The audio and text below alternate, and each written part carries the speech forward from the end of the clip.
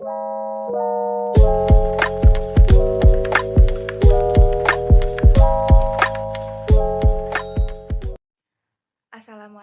warahmatullahi wabarakatuh. Saya Asti Ananta Putri dari kelas TK 1A, mahasiswi dari Politeknik Negeri Medan. Di sini saya ingin menjelaskan tentang apa itu teori loop. Sebelum saya masuk ke teori loop, saya akan menjelaskan hukum Kirchhoff 2 terlebih dahulu karena hukum Kirchhoff 2 dengan teori loop ini sangat berhubungan. Apa itu hukum Kirchhoff 2? Hukum Kirchhoff 2 memiliki bunyi yaitu di dalam sebuah rangkaian tertutup, jumlah aljabar dari gaya gerak listrik dengan penurunan tegangan sama dengan 0. Lalu, rumus hukum Kirchhoff 2 yaitu sigma V sama dengan sigma I dikali R. Dalam menggunakan hukum Kirchhoff 2, terdapat ketentuan-ketentuan. Yang pertama, menentukan arah arus secara sembarang dengan ketentuan jika hasil perhitungan bernilai positif, maka arah arus yang dimisalkan sudah sesuai dengan arah arus yang sebenarnya. Lalu sebaliknya, jika hasil perhitungan bernilai negatif, maka arah arus yang dimisalkan berlawanan arah dengan arah arus yang sebenarnya. Lalu yang kedua, menentukan arah loop secara sembarang dengan ketentuan arah arus yang sama dengan arah loop, maka bernilai positif. Lalu arah arus yang berlawanan dengan arah loop bernilai negatif. Lalu arah tegangan yang sama dengan arah loop maka bernilai positif. Lalu sebaliknya, arah tegangan yang berlawanan dengan arah loop maka bernilai negatif. Ketentuan yang ketiga yaitu menentukan node dan junction. Apa sih node itu? Node adalah titik pertemuan dari dua buah elemen rangkaian atau lebih. Lalu junction yaitu titik pertemuan dari tiga buah elemen rangkaian atau lebih. Lalu ketentuan yang keempat, menentukan jumlah node dan junction untuk mendapatkan jumlah persamaan yang akan digunakan. Yang pertama, jika ada n loop, maka gunakan n persamaan hukum Kirchhoff 2. Lalu, jika ada n junction, maka gunakan n-1 persamaan hukum Kirchhoff 1. Lalu, apa itu teori loop? Teori loop seperti yang saya sudah bilang di atas tadi, teori loop memiliki definisi yang hampir mirip dengan hukum Kirchhoff 2 yaitu di dalam sebuah rangkaian tertutup jumlah aljabar dari gaya gerak listrik dengan penurunan tegangan sama dengan 0. Lalu, apa perbedaan teori loop dengan hukum Kirchhoff? Yang pertama adalah pada teori loop, analisis rangkaiannya melibatkan arus yang mengalir dari loop sebelahnya. Lalu yang kedua, cukup menentukan arah loop secara sembarang karena arah arus dan tegangan sesuai dengan polaritas. Lalu yang ketiga, menggunakan hukum Kirchhoff 2 dalam menuliskan persamaannya. Lalu, saya akan menjelaskan tentang langkah-langkah dalam menggunakan hukum Kirchhoff. Saya telah menampilkan satu rangkaian di PowerPoint saya di atas. Bisa dilihat dengan baik-baik.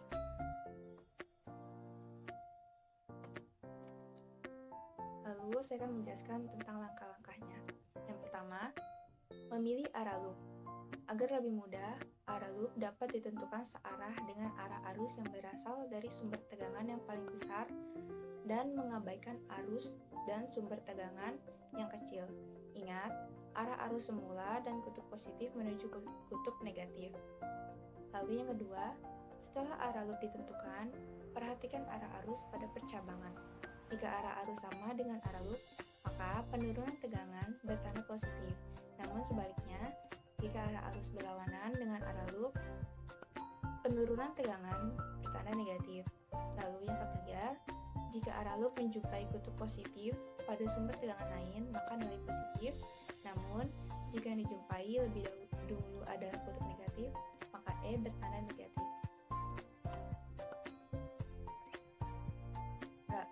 Nah, berikut rangkaian yang sudah dicari menggunakan langkah-langkah yang sudah saya jelaskan tadi. Setelah menentukan arah loop, kita dapat menerapkan hukum Kirchhoff 2 sebagai berikut. IR 2 dikurang E1 ditambah IR1 dikurang E2 sama dengan 0. I dikali R1 ditambah R2 sama dengan E1 ditambah E2. Jadi, kuat arus yang mengalir pada rangkaian tersebut adalah I sama dengan E1 ditambah E2 per R1 ditambah R2.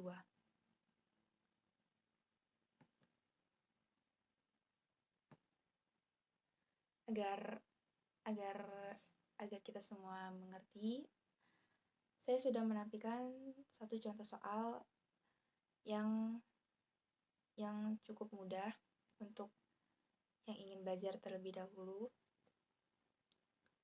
Berikut rangkaiannya yang sudah saya tampilkan di layar.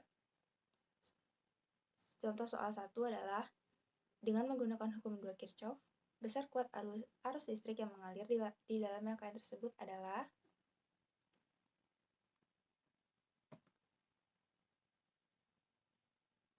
Penjelasannya, kita akan cari diketahuinya terlebih dahulu.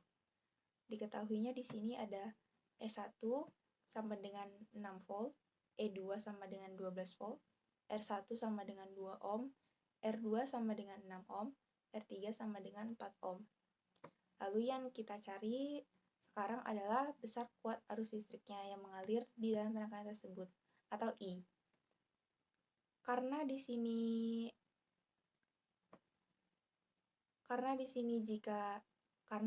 arah loopnya menjumpai kutub negatif terlebih dahulu, maka E2-nya bernilai negatif. Jadi di sini rumusnya kita tulis sigma E ditambah sigma IR sama dengan 0. Lalu rumusnya yang sudah kita cari tadi, minus E2 ditambah E1 ditambah IR3 ditambah IR2 ditambah IR1 sama dengan 0. Lalu kita cari angka-angkanya, kita masukkan ke dalam rumus. Minus 12 ditambah 6 ditambah I dikali 4 ditambah I dikali 6 ditambah I dikali 2 sama dengan 0. Lalu hasilnya 12I minus 6 sama dengan 0. Lalu 0-nya kita hilangkan. 12I maka menjadi 12I sama dengan 6. Lalu 12-nya kita pindah ruas menjadi di bawah, maka menjadi I sama dengan 6 dibagi 12, maka hasilnya I adalah 0,5 ampere.